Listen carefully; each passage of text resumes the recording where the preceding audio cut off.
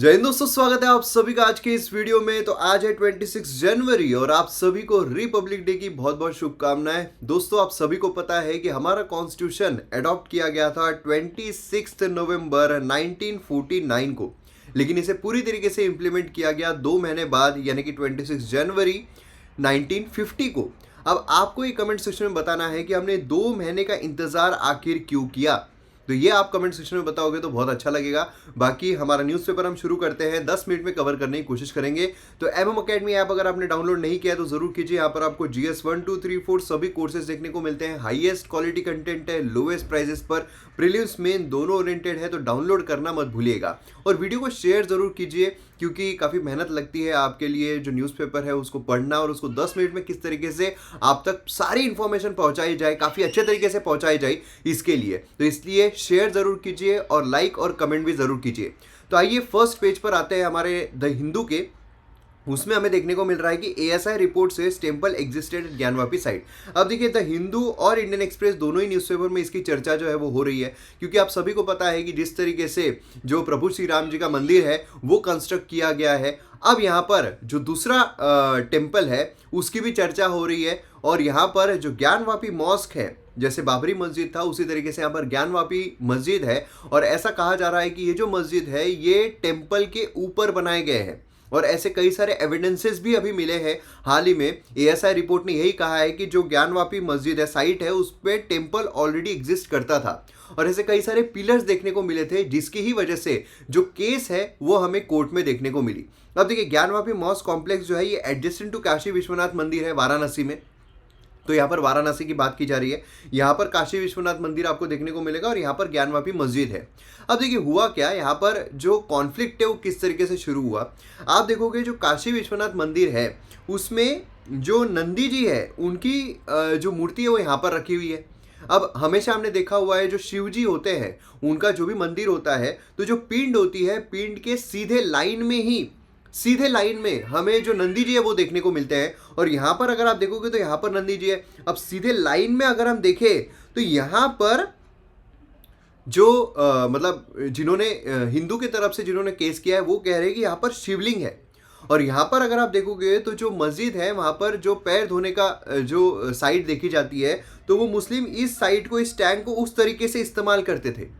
तो इस वजह से काफ़ी ज़्यादा विद्रोह, आक्रोश जो है वो देखने को मिला है। अब यहाँ पर अगर आप देखोगे तो हिंदू क्लेम करते हैं मॉस्क जो है वो बिल्ड किया गया है प्री एग्जिस्टिंग हिंदू टेम्पल पर, और मुस्लिम आर्ग्यू करते हैं कि जो मॉस्क है ये सेंचुरी से चला आ रहा है और प्लेस ऑफ वर्शिप के तहत इसको प्रोटेक्ट जो है वो किया जाना चाहिए।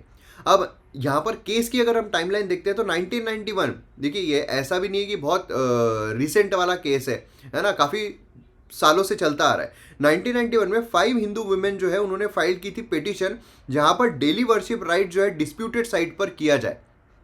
जिस तरीके से शुरुआत हुई थी, जो प्रभु श्री राम जी है उनका जो बेसिकली बाबरी मस्जिद बनाया गया था उसके बाजू में जो वर्शिप है वो करने के लिए कहा गया था हिंदूज को, है ना। अब यहाँ पर इसी तरीके से ये केस की शुरुआत होती है कि भाई 5 हिंदू वुमेन ने बोला कि यहाँ पर जो डिस्प्यूटेड साइट है वहाँ पर वर्शिप करने को दिया जाए। 2021 में वाराणसी कोर्ट ने ऑर्डर किया वीडियोग्राफिक सर्वे मॉस्क कॉम्प्लेक्स का। देन मई 2022 में सर्वे के दौरान ऐसे कई सारी चीज़ें देखने को मिली, और उसी के साथ साथ जो शिवलिंग है वो भी, उसके रिजेम्बलेंस भी यहाँ पर एक स्ट्रक्चर जो है वो पाया गया मॉस्क में, और उसकी वजह से ये जो मॉस्क है पाया गया और उसकी वजह से इसको सील जो है कंप्लीटली सील्ड कर दिया गया। देन उस अगस्त 2022 में सुप्रीम कोर्ट ने अलाउ किया सर्वे, और यहाँ पर जो केस है merit back to district court जो है वो दे दिया गया। देन जनवरी 2024 को आर्कियोलॉजिकल सर्वे ऑफ इंडिया जो उसने रिपोर्ट सबमिट की, जहां पर एविडेंसेस जो है प्री एग्जिस्टिंग हिंदू स्ट्रक्चर के मॉस्क के नीचे वो देखने को मिले, उसके एविडेंसेस यहाँ पर दिए गए। अब यहाँ पर जब एविडेंसेस दिए गए हैं तो ऑब्वियस है कि जो मंदिर है वो यहाँ पर एग्जिस्टेड था, उसके ऊपर मॉस्क जो है वो बनाया गया था।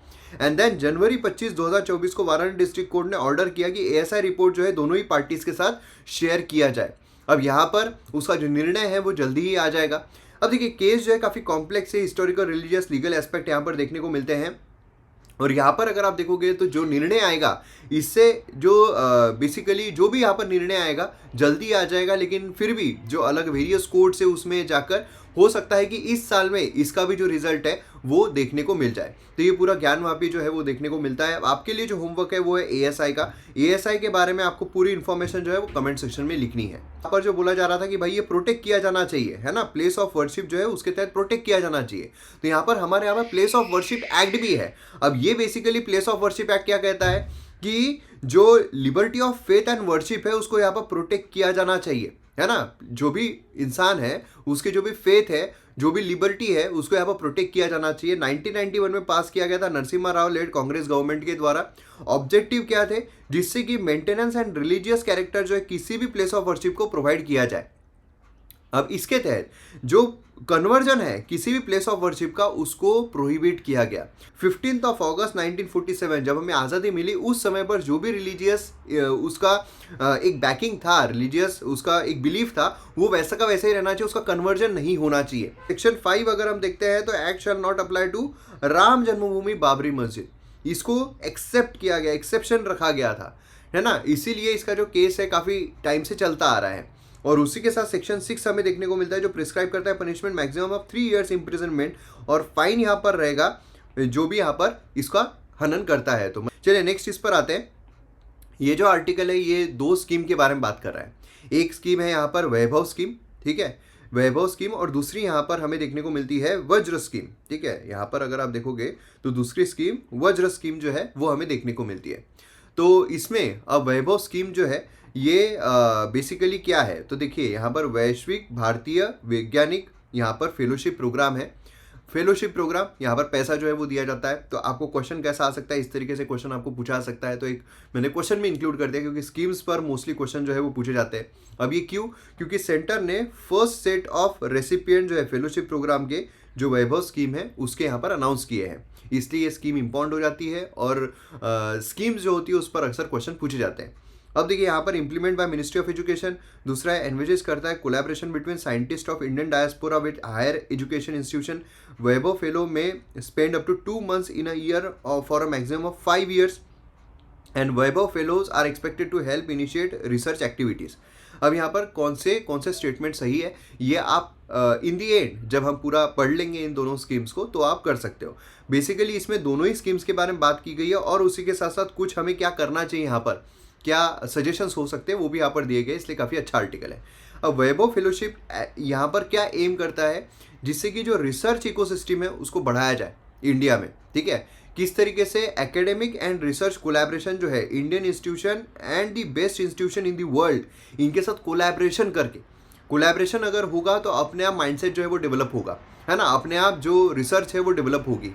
और ये किसके द्वारा इंप्लीमेंट किया गया है, department of science and technology जो है उसके द्वारा यहाँ पर इंप्लीमेंट किया गया है। बहुत इंपॉर्टेंट चीज़ है, किसके द्वारा किया गया है, department of science and technology, ministry of science and technology उसके द्वारा किया गया है। अभी हमने देखा है मिनिस्ट्री ऑफ एजुकेशन उसके द्वारा, तो वो स्टेटमेंट जो है ऑब्वियसली यहाँ पर गलत हो जाता है ना।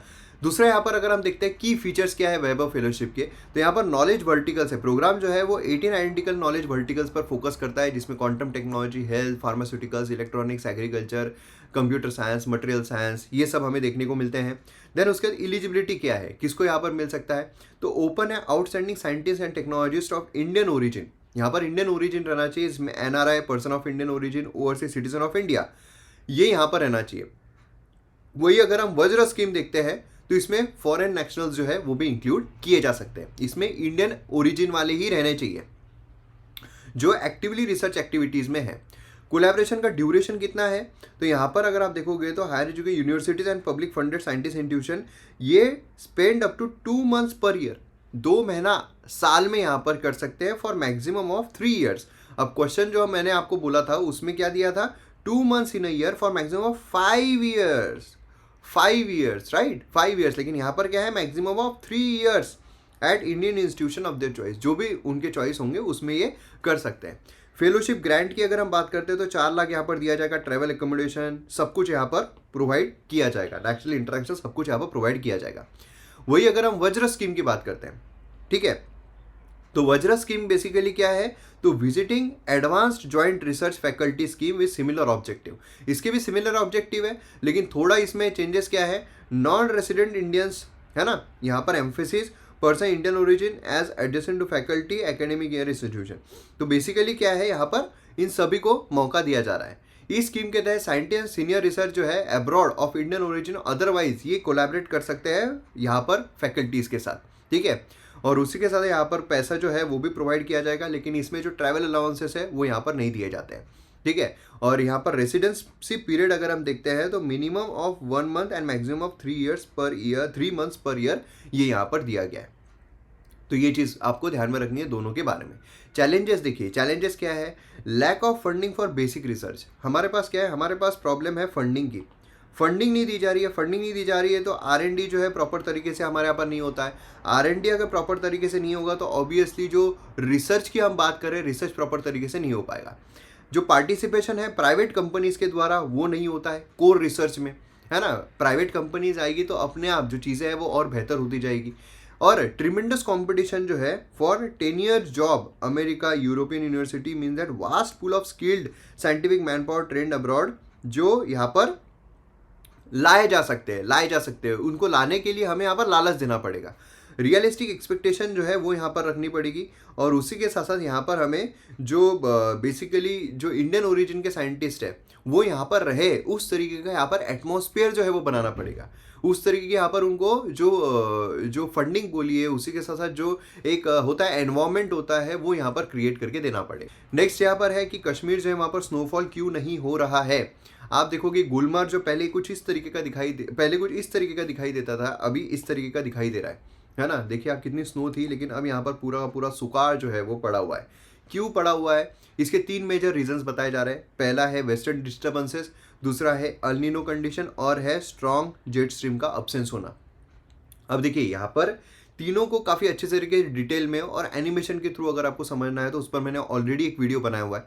तो आप वेस्टर्न डिस्टर्बेंसेस में मयूर मोगरे डाल सकते हो, अल नीनो पर मयूर मोगरे डाल सकते हो, तो वहाँ पर आपको अल नीनो पूरा मिल जाएगा, वेस्टर्न डिस्टर्बेंसेस पूरा मिल जाएगा, है ना।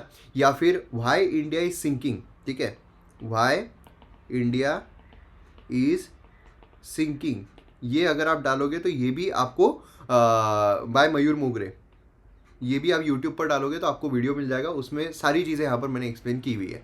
तो यहाँ पर वेस्टर्न डिस्टर्बेंसेस क्या होते हैं, तो जो मेडिटेरियन सी है उसमें कुछ ऐसे डिसरप्टेड कंडीशंस होती है जिससे कि जो विंड्स है वो वेस्टर्लीज यहाँ पर डेवलप होती है। वेस्टर्लीज, अब वेस्टर्लीज मतलब नॉर्मली क्या है, विंड जो है ट्रेड विंड्स इससे इस तरफ जाती है, लेकिन जो वेस्टर्लीज है वो इधर से इस तरफ जाती है। और वो कहाँ रहती है, मोस्टली टेम्परेट रीजन जो है या सब ट्रॉपिकल रीजन जो है वहाँ पर हमें देखने को मिलती है। तो ये इस तरीके से आती है, यहाँ पर आती है, और यहाँ हमारा जो बेसिकली अपर नदर्न पार्ट है, और ये विंटर्स में मोस्टली आती है, ठीक है, विंटर्स में आती है।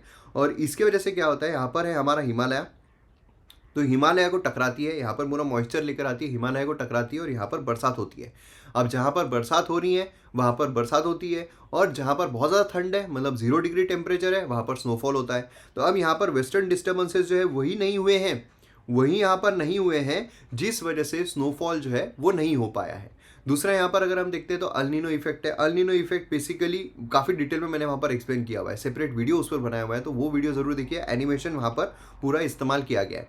अब यहाँ पर ऑस्ट्रेलिया, यहाँ पर आप समझ सकते हो साउथ अमेरिका है, यहाँ पर खासकर पेरू अगर हम देखते हैं तो बेसिकली क्या है कि यहाँ पर वार्मर टेम्परेचर अगर डेवलप हो जाए, ठीक है, इस तरफ विंड जाती है, मैंने आपको बोला ट्रेड विंड्स, तो ये पूरा जो ऊपर का गर्म पानी है वो यहाँ पर लेकर आती है। यहाँ पर गर्म पानी आ गया है मतलब यहाँ पर लो टेम्परेचर डेवलप होगा। लो टेम्परेचर अगर डेवलप होता है, लो प्रेशर अगर डेवलप होता है तो यहाँ पर बेसिकली जो इंडियन कॉन्टिनेंट है यहाँ पर अच्छी खासी बरसात होती है, ठीक है। लेकिन क्या होता है, अल नीनो इफेक्ट में रिवर्स हो जाता है कि यहाँ पर जो गर्म पानी यहाँ पर आना था वो आ ही नहीं पाता है, क्योंकि ट्रेड विंड जो है वो लूज रहती है, तो वो यहाँ तक गर्म पानी को ला ही नहीं पाती है, जिसकी वजह से यहाँ पर हाई प्रेशर रहता है। हाई प्रेशर रहा तो इधर पानी नहीं गिर सकता है, और क्यों नहीं गिरता है इसका सवाल का जवाब जो है वो वीडियो आप देखकर पूरा ले सकते हैं, ठीक है। तो ये भी एक कंडीशन है जिसकी वजह से बरसात नहीं हो रही है।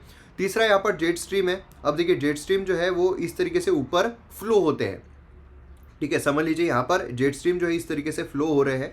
अब जेट स्ट्रीम जो है वो जब फ्लो हो रहे हैं तो यहाँ पर बेसिकली क्या हो रहा है कि जो जेट स्ट्रीम है ये भी वीक है। काफ़ी वीक है, जिसकी वजह से जो वेस्टर्लीज हैं उनको भी यहाँ तक नहीं ला पा रहे। जिस तरीके से अल्नीनो ट्रेड विंड जो है अल्नीनो को यहाँ तक लेकर आते हैं ना, बेसिकली यहाँ गर्म पानी को लेकर आते हैं, वैसे जो जेट स्ट्रीम है वो यहाँ पर इस हवा को इस तरफ लेकर आते हैं, लेकिन वो जेट स्ट्रीम लूज होने की वजह से, वीक होने की वजह से जो वेस्टर्न डिस्टर्बेंसेस है वो नहीं आ पाए। वेस्टर्न डिस्टर्बेंसेस नहीं आए तो यहाँ पर जो स्नो है वो नहीं गिर पा रहा है। तो तीन मेजर रीजंस है, तीनों मेजर रीजंस पे डिटेल में वीडियो अवेलेबल है, ठीक है। तो ये था आज का हमारा पूरा न्यूज़पेपर। वीडियो शेयर जरूर कीजिए, मिलते हैं अगले वीडियो में। जय हिंद।